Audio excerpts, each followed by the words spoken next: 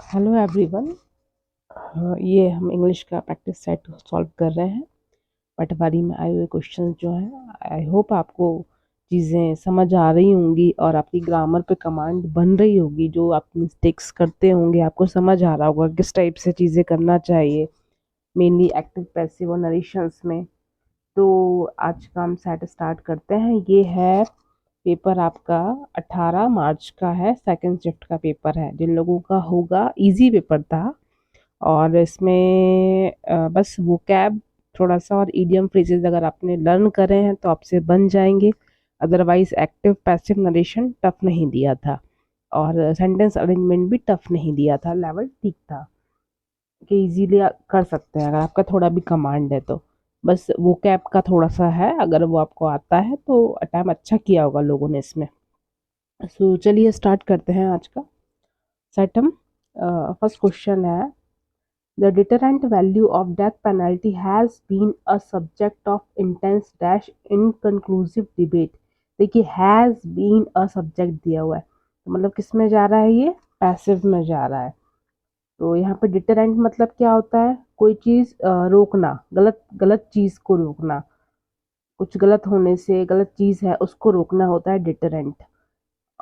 तो the deterrent value of death penalty has been a subject of intense dash inconclusive debate. Until तो आएगा नहीं, until तो कोई टाइम चीज के लिए यूज होता है, सिंस भी नहीं होगा, कुछ स्टार्टिंग के लिए बताते हैं, इवन इफ भी नहीं आएगा क्योंकि सेंटेंस के सेंस के हिसाब से नहीं जा रहा। दो आएगा, दो। The deterrent value of death penalty has been a subject of intense दो इनकंक्लूसिव डिबेट, मतलब कि उसका कंट्रास्ट बता रहा है, अपोज में जा रहा है, तो दो इनकंक्लूसिव डिबेट। नेक्स्ट है, identify the segment which contains the grammatical error. हमें ग्रामेटिकल एरर फाइंड करना है इसमें। दिस पैराडॉक्स, पैराडॉक्स मतलब होता है मिथ्याभास या विरोधाभास, किसी चीज का मिथ्याभास या विरोधाभास। मैं लिख देती हूँ, विरोधाभास, ये होता है आपका paradox. This paradox has also has led to allegations that the Russian authorities, this paradox also has led, देखिए यहाँ पे भी प्रेजेंट परफेक्ट दिया हुआ है, to allegations मतलब आरोप लगाए गए हैं, that the Russian authorities may have falsely the numbers of deaths during the pandemic for political purpose to play down the scale of the outbreak। देखिए यहाँ पे may have, may जब आता है, जब मॉडल वर्ब्स आती हैं उनके बाद हैव प्लस वर्ब की थर्ड फॉर्म लगा रहे हैं, उनके साथ पैसिव बन रहा है, हैव हैव यूज करते हैं तो वो माइट के फॉर्म में आएगा। यहाँ पे माइट आना चाहिए, यहाँ पे माइट आएगा, तो ये एरर है। This one is the right one. Next है, select the most appropriate meaning of the given idiom. Idiom phrases आप बिल्कुल पढ़ लें अच्छे से, बार बार मैं कह रही हूँ आपसे, आप जितना ज़्यादा पढ़ेंगे उतने आपको चीज़ें सेलेक्ट करने में ईजी रहता है। पढ़ी हुई चीज़ें रहती है तो हम रिकॉल होता है हमको कि नहीं इसका सेंस ये नहीं होगा, ये वाला होगा, हम ऑप्शन इजीली चूज कर पाते हैं। A needle in a hair stack, a needle in a hair stack, इसका जो दिया हुआ, something that is very difficult to locate, मतलब कोई ऐसी चीज़ जो बहुत डिफिकल्ट है फाइंड करने में। जैसे कि मैं आपको हिंदी समझाती हूँ, उसका एक एग्जांपल देती हूँ। जैसे कि सपोज आपकी कोई चाबी है और वो आप कहीं गए थे पार्क में या कहीं जगह घूमने, वहां पे गिर गई है। अब आप उसको ढूंढ रहे हैं और बहुत डिफिकल्ट है आपके लिए वो ढूंढना, छोटी चीज बहुत बड़ी जगह में कहीं खो गई है, तो उस सेंस में आएगा a needle in a hair stack, something that is difficult to locate. In the above below question, a part of the sentence is bracketed. Below are given alternatives to the bracketed part which may improve the sentence। हमें देखना है कि ये जो दिया हुआ bracket में part वो सही दिया है या हमको उसको इम्प्रूव करना पड़ेगा। Let's see. He hadn't seen the famous magician but he had heard about him। मतलब hadn't seen, देखिए यहाँ पे भी ये कैसा जा रहा है, एक्टिव, एक्टिव में है, मतलब हैड प्लस सॉ की सी थर्ड फॉर्म है, सीन, सी की थर्ड फॉर्म है, सी सॉ सीन, तो यहाँ पे एक्टिव में जा रहा है। He hadn't seen the famous magician, उसने उस फेमस मैजिशियन को देखा नहीं था, but he had heard about him, उसने सुना था उसके बारे में। तो यहाँ पे heard about him is the correct दिया हुआ ब्रैकेट में, तो हम इसको कोई इम्प्रूवमेंट नहीं करेंगे। No improvement is required. Next question है, in the following question a sentence has been given in active and passive. अब देखिए मैंने आपको बताया है एक्टिव पैसिव कैसे देखते हैं। अगर हमको बाय करके ऑब्जेक्ट दिया है तो मतलब वो पैसिव है, नहीं दिया तो वो एक्टिव है। समटाइम्स ऐसे क्वेश्चन देखने को मिलते हैं जिसमें हमें पैसिव में बाय ऑब्जेक्ट लिखा नहीं रहता, वो अंडरस्टूड होता है, तो वो भी हमने देखी कुछ क्वेश्चंस में। तो चलिए देखते हैं इसको।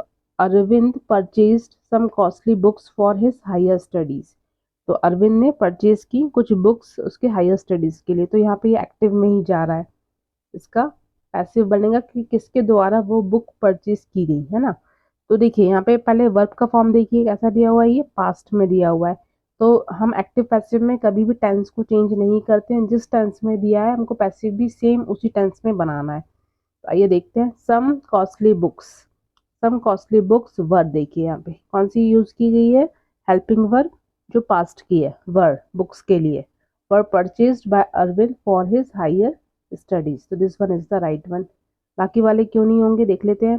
सम कॉस्टली बुक्स हैड बीन, देखिए पास्ट परफेक्ट करिए, टेंस चेंज नहीं करना है हमको। Some costly books word too भी डाल दिया इन्होंने, एडिशनल कुछ भी ऐड नहीं करना है। सम कॉस्टली बुक्स वॉज बीइंग, देखिए यहाँ पे पास्ट कंटिन्यूस में डाल दिया, तो वो भी नहीं होना चाहिए। ऐसे आपको टेंस देखना आना चाहिए, टेंस की कमांड आपकी अच्छी होना चाहिए। आपकी टेंस की कमांड अच्छी है तो आपके लिए narration active voice easy task हो जाएगा। Select the synonym of the given word. Envious मतलब होता है जेलस होना, किसी इंसान से या पर्सन से, किसी चीज के लिए जेलस होना, जेलस होना।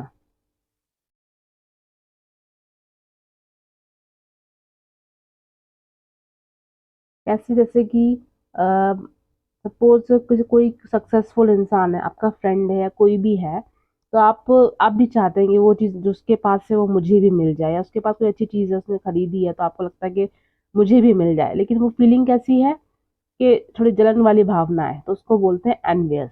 ये एडजेक्टिव है। ओमनियस मतलब क्या होता है, अशुभ, कोई चीज़ अशुभ है उसको बोलते हैं ओमनियस। जनरस मतलब होता है उदार इंसान, जो उदार हो। और रिसेंटफुल मतलब होता है क्रोधित, नाराज, दुष्ट, वो होता है रिसेंटफुल। ऑस्पिशियस मतलब पता है आपको, शुभ। तो ये हो गया। ये सब कैसे दिए हुए हैं आपको, एडजेक्टिव फॉर्म में दी हुई है। अब हमको पता करना है कि एनवियस, हमने देखा कि जेलस, जलन की भावना किसी से, तो उसका सिनोनिम सेम मीनिंग क्या होगा, गुस्सा हो जाना, रुष्ट हो गए, जलन के मारे बोल नहीं रहे, उस टाइप से, है ना। तो ये इसका राइट होगा। नेक्स्ट है, select the correct passive form. Direct question आया, पैसिव पता करना है आपको। तो देखिए, the DJ is playing good songs, is playing है, तो यहाँ पे देखिए इसका the correct passive form of the given sentence, इसका क्या होगा, सॉन्ग्स है। सॉन्ग्स कैसे, तो एक सॉन्ग तो नहीं बोला उन्होंने, सॉन्ग्स बोले, मतलब प्लूरल में है, बहुत सारे। गुड सॉन्ग्स आर आएगा, टेंस कंटिन्यूस टेंस में दिया हुआ, इज प्लेइंग दिया हुआ है तो बीइंग लगाएंगे, और प्लेड बाय द डीजे, तो ये सही होगा। गुड, इसमें देखिए गुड में सॉन्ग्स में एस नहीं लगाया, इसलिए यहाँ पे ये एरर आ गया। Good songs are played by the DJ, यहाँ पे इन्होंने इसको पास्ट में डाल दिया, आर प्लेड कर दिया है, इस पर कंटिन्यूस में नहीं किया है इसको, इसलिए ये नहीं जाएगा। टेंस हमें से कंटिन्यूस में दिया है तो कंटिन्यूस में चेंज करेंगे हम।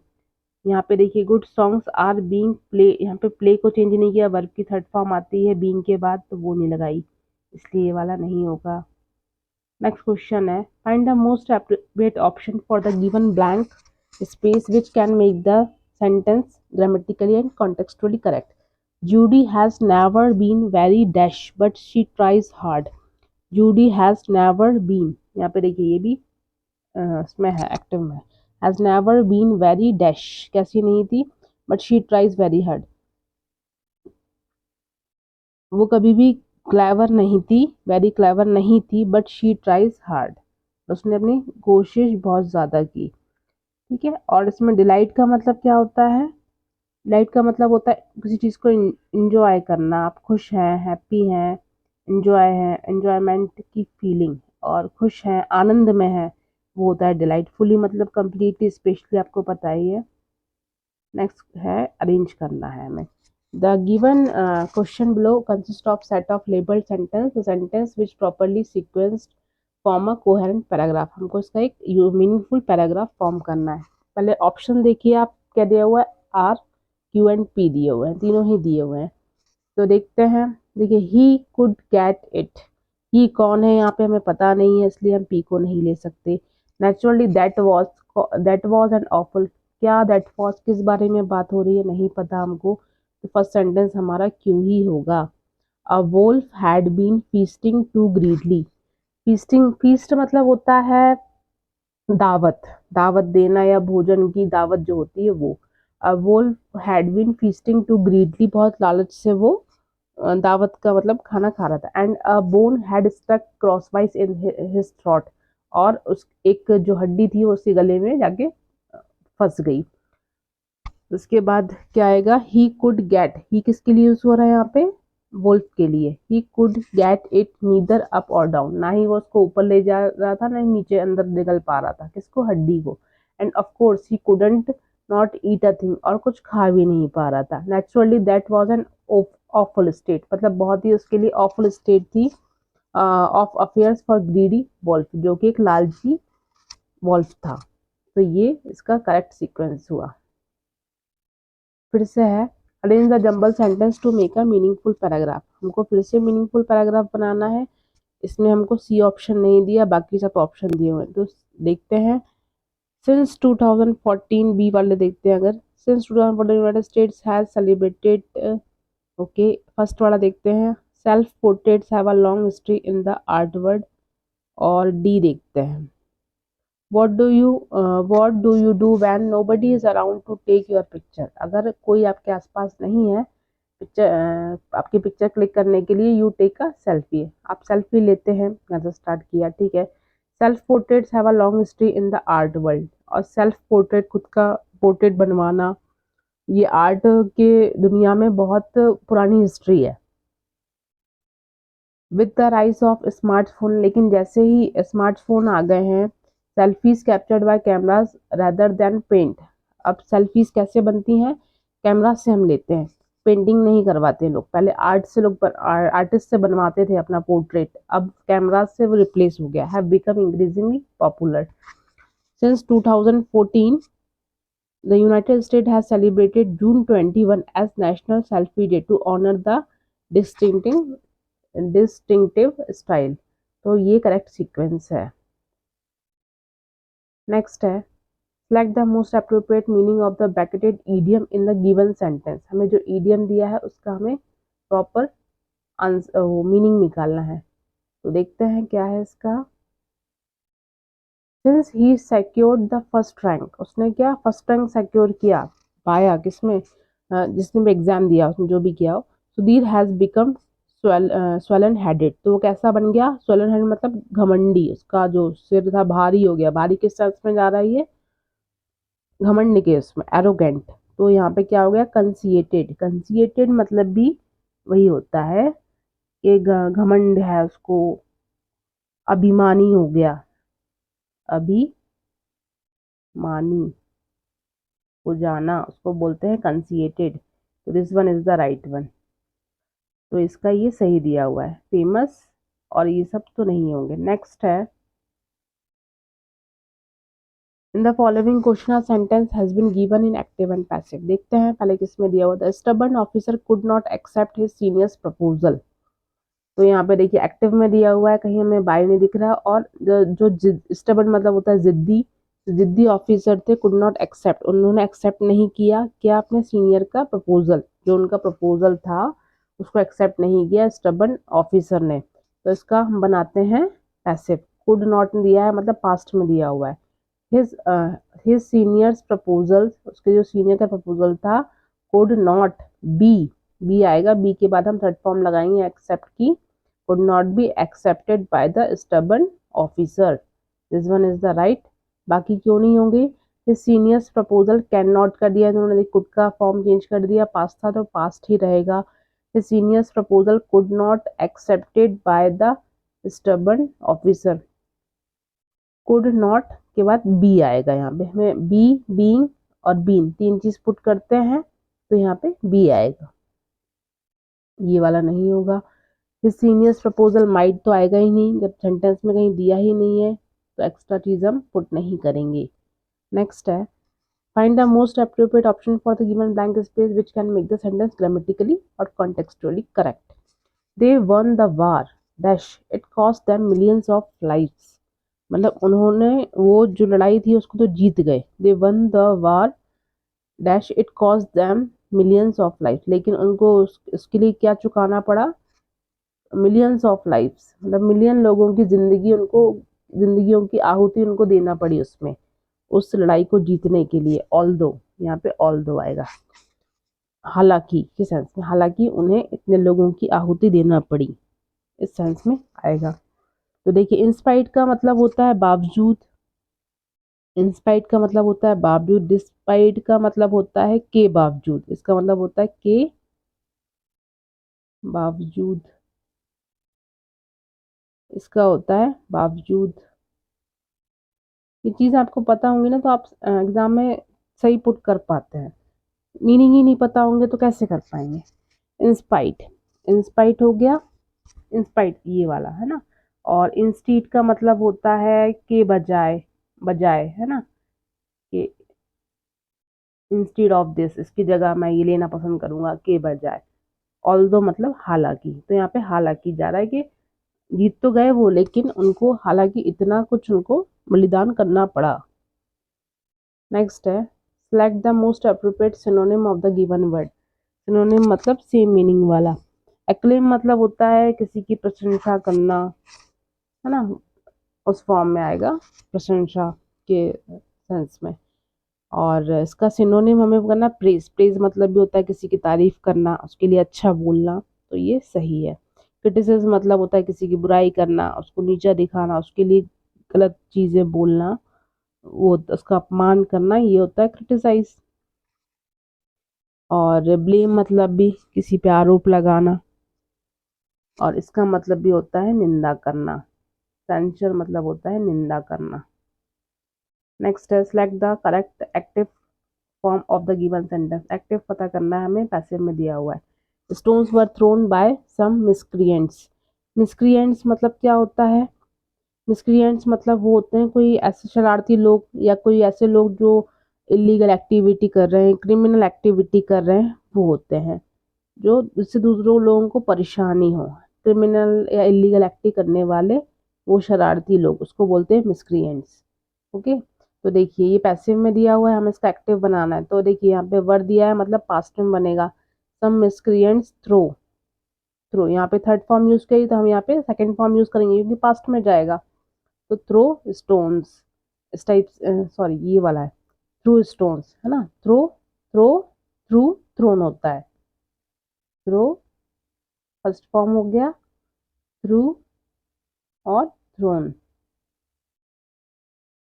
तो ये वाला सेकंड फॉर्म पास्ट में जाएगा क्योंकि वर्ड दिया हुआ तो पास्ट फॉर्म में बनाएंगे, तो this one is the right one. इसमें देखिए आप फर्स्ट फॉर्म यूज किया है तो ये तो होगा नहीं, और यहाँ पे वर्ड थ्रो ही कर दिया था, हमें पैसिव, पैसिव नहीं बनाना, एक्टिव बनाना है, तो वर्ड नहीं आएगा, यहाँ पे हेल्पिंग वर्ब यूज नहीं करेंगे। यहाँ पे कंटिन्यूस में डाल दिया, वर्ड डाल दिया, तो ये तो होगा ही नहीं। In the following question are sentence given in either direct or indirect. हमें देखना है किसमें दिया है, सॉल्व करेंगे। देखिए जब भी इन्वर्टेड कॉमर्स में दिया है मतलब वो डायरेक्ट में दिया है, उसको हम इनडायरेक्ट में बनाते हैं दैट पुट करके। तो Jack parents died in a car crash said Oshin. Oshin said that Jack's parents had died. देखिए पास्ट में दिया है डाइड, तो डाइड का क्या बनेगा, इसमें पास्ट परफेक्ट बनेगा। Had died in a car crash, past का हमेशा पास्ट परफेक्ट बनता है नरेशंस में। और she said that Jack's parents died, इसमें इन्होंने चेंज नहीं किया उसको पास्ट परफेक्ट में, यहाँ पे प्रेजेंट परफेक्ट डाल दिया, हैव डाल दिया। और she said that Jack's parents die, यहाँ पे डाई को प्रेजेंट में डाल दिया, फर्स्ट फॉर्म डाल दी, तो ये नहीं होगा। In the below question a sentence has been given direct and indirect, इसको भी हमें डायरेक्ट इनडायरेक्ट चेक करना है। I have told you the truth he said and you can take it or leave it. देखिए यहाँ पे inverted comma में दिया है, डायरेक्ट में दिया हुआ है, इसको हम इनडायरेक्ट में कन्वर्ट करेंगे। He said that he had told, यहाँ पे टोल्ड यू द ट्रुथ है, तो ही हैड आएगा, टोल्ड के पास्ट में दिया हुआ ये तो पास्ट परफेक्ट बनेगा। Told me the truth that, फिर आएगा दैट आई कुड, यहाँ पे कैन का क्या बनेगा, could take it or leave it. This one is the right one. Next, बाकी क्यों नहीं होंगे। He said that he has told, ये प्रेजेंट में डाल दिया तो ये तो होगा ही नहीं। He said that he had told me the truth and that I could take it or leave it. इन दोनों में क्या डिफरेंस है। He said that he had told me the truth and यहाँ पे दैट पुट नहीं किया है, क्योंकि दोनों अलग अलग अलग पार्ट है, दोनों में दैट हम पुट करना होगा, तो यहाँ पे दैट पुट नहीं है इसलिए ये वाला गलत हो गया, बाकी सेम ही दिया था वो। ही said that he had told me the truth and that I can, यहाँ पे कैन को कुड में चेंज नहीं किया, पास्ट फॉर्म में नहीं ले गए। फिर से सेंटेंस अरेंजमेंट आ गया, हमें मीनिंगफुल पैराग्राफ क्रिएट करना है इससे। तो ऑप्शन देखिए, पहले डी और ई दिया है, ए दिया है। डी देखते हैं। Botswana widely considered a safe haven for elephants in Africa appears to be suffering. Botswana is estimated to be home to more than, इतने एलिफेंट्स वहाँ पे रहते हैं। पहले हम बोस्टवाना के बारे में बताएंगे, फिर एलिफेंट्स के बारे में बताएंगे। तो बोस्टवाना वाइडली कंसिडर्ड, एक सेफ प्लेस माना जाता है फॉर एलिफेंट्स इन अफ्रीका में, अपीयर्स टू बी सफरिंग, जो अब सफ़र कर रहा है। मोस्ट, ये हो गया। इसके बाद फिर क्या कनेक्ट कर रहे हैं, we have a significant poaching problem. तो हमारे पास एक क्या प्रॉब्लम है वहाँ पर जो देखी जा रही है, पोचिंग। पोचिंग मतलब होता है शिकार करना, अवैध शिकार करना। पोचिंग मतलब होता है अवैध तरीके से शिकार करना। We have a significant poaching problem, let's deal with it and says Mike Chase, director of the Botswana based non profit elephant without border. जो वहाँ के डायरेक्टर है उन्होंने कहा इस प्रॉब्लम से हमको डील करना होगा। इसके बाद we were warned by the conservationist in other countries that the poachers would eventually come down to Botswana, he says. तो उनको मतलब वार्न किया गया, जो कंजर्वेटिव्स होते हैं, जो मतलब सेफ करते हैं, जानवरों को बचाते हैं, other countries, that the poachers, जो अवैध शिकारी हैं, वुड एवेंचुअली, आखिरकार, कम डाउन टू बोट्सवाना। इसके बाद क्या है, ई, Botswana is estimated to be home, कितना उसको अप्रोक्सीमेट किया जाता है कि कितने वहाँ पे एलिफेंट वो रहते हैं, पाए जाते हैं। More than 1,30,000 savanna elephant until recently, अभी तक the southern Africa country had largely escaped the scourge of elephant killings। स्कर्च मतलब होता है कि उनको कोड़े मार के, किसी को कोड़े मार के, कोड़े मारना। तो एलिफेंट्स को कैसे मारा गया, कोड़े मार के, उनकी जो स्किन है उसको निकालने के लिए। आई होप उस सेंस में जा रहा है। तो this one is the correct sequence. Like the most appropriate word in the Phelps देखना पड़ेगा। Good habits should be dash by everyone.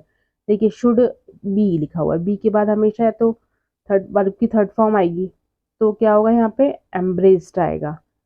Embrace की जाती है मतलब उसको अपनाया जाता है खुशी से। तो good habit should be embraced by everyone, सब लोग उससे खुश होते हैं। जो भी कोई अच्छी हैबिट वाला इंसान होता है उसको एम्ब्रेस किया जाता है, मतलब उसको कहना चाहिए खुशी से, उसको प्रसन्नता से अपना, मतलब एम्ब्रेस मतलब होता है खुशी से प्रसन्नता से गले लगाना, तो उसको स्वीकारना है, एक सेंस में आ रहा है। एम्ब्रेस नहीं आएगा क्योंकि बी के बाद थर्ड फॉर्म आएगी, तो ये तो आएगा नहीं, और एम्ब्रेस की स्पेलिंग ये वाली नहीं होगी, तो ये नहीं आएगा, और वेलकम तो आना ही नहीं है। नेक्स्ट क्वेश्चन है, select the word which means the same as the group of word given. Who believes others easily and can be cheated, ऐसा इंसान जो दूसरों पे आसानी से भरोसा कर ले और आसानी से उसको लोग चीट कर देते हैं, उसको क्या बोलते हैं, गुलिबल, मतलब भोला भाला। कोई भोला भाला इंसान है उसको क्या बोलेंगे, भोला भाला, मतलब गुलिबल है वो। नर्ड मीन्स होता है पढ़ाकू। पढ़ाकू जो इंसान होता है उसको बोलते हैं नर्ड, पढ़ाकू। जैसे हम लोग अभी सब बने हुए हैं एग्जाम के लिए हैं। नेटिव मतलब होता है जिस प्लेस से आप बिलोंग करते हैं, जैसे नेटिव प्लेस होता है सबका, लोग रहते हैं बाहर हैं लेकिन हम बोलते हैं हम वहाँ के रहने वाले हैं, वहाँ के बिलोंगिंग है हमारी, तो वो नेटिव प्लेस होता है। फ्रॉड तो आपको पता ही है। 4 words are given out of which one word is incorrectly spelled. हमें गलत स्पेलिंग वाला वर्ड चूज करना, ट्रांसफॉर्म, इसमें ई नहीं आएगा इसके बाद।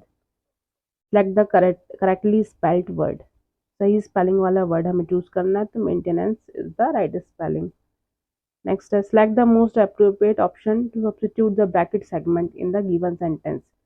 जो ब्रैकेट में लिखा है इसको हमको चेंज करना है अगर लगता है तो। देखते हैं। समहाउ, कैसे भी करके, द सी टर्टल्स, जो समुद्री टर्टल्स हैं, has survive the ice ages and the extinction event. Ice edges था वहां पे, जो मतलब बर्फ के जो सिले बन गई थी वो, एंड द एक्सटिंक्शन इवेंट, जो एक्सटिंक्शन था, विलुप्त होने की कगार पे थे, उस चीज से वो लोग बच गए हैं, सर्वाइव कर गए हैं। तो यहाँ पे देखिए वो खुद ही कर रहे हैं, तो यहाँ पे किसी के द्वारा काम नहीं किया जा रहा, तो कैसे सेंस में आ रहा है सेंटेंस? एक्टिव फॉर्म में आ रहा है। एक्टिव मतलब सिंपल कैसा आएगा यहाँ पे? हैज सर्वाइव्ड, हमेशा हैज प्लस वर्ब की थर्ड फॉर्म, तो हैज। यहाँ पे टर्टल्स हैं बहुत सारे हैं, तो हैव आएगा और सर्वाइव्ड हो जाएगा। हैज का चेंज होकर हैव हो जाएगा क्योंकि बहुत सारे हैं। द सी टर्टल्स सिंगुलर नहीं है, प्लूरल है, हैव सर्वाइव्ड। तो सेंस कैसा जा रहा है? एक्टिव में जा रहा है सेंटेंस। ये देखना सीखिए आप लोग। नेक्स्ट है meaning of the given idiom पता करना है हमें। A white elephant, white elephant का मतलब होता है an in an expensive item that is troublesome or useless. कोई ऐसी चीज खरीद लेना जिसका कोई यूज नहीं है, और बहुत एक्सट्रीम, बहुत एक्सपेंसिव, बहुत महंगा आपने खरीद लिया है, जो यूजलेस ऑब्जेक्ट है, ऐसी कोई चीज ले लेना, उसको बोलते हैं वाइट एलिफेंट, जो यूज की भी नहीं है और बहुत कॉस्टली पड़ी हमको। Last question of this set, select the most appropriate meaning of the given idiom. Idioms देखिए बहुत आ रहे हैं, और फ्रेजल वर्ब्स भी बहुत आ रही हैं। प्लीज पढ़िए आप इन्हें। Spill the beans, spill the beans मतलब होता है टू रिवील, रिवील मतलब होता है, कल भी बताया था मैंने, उजागर।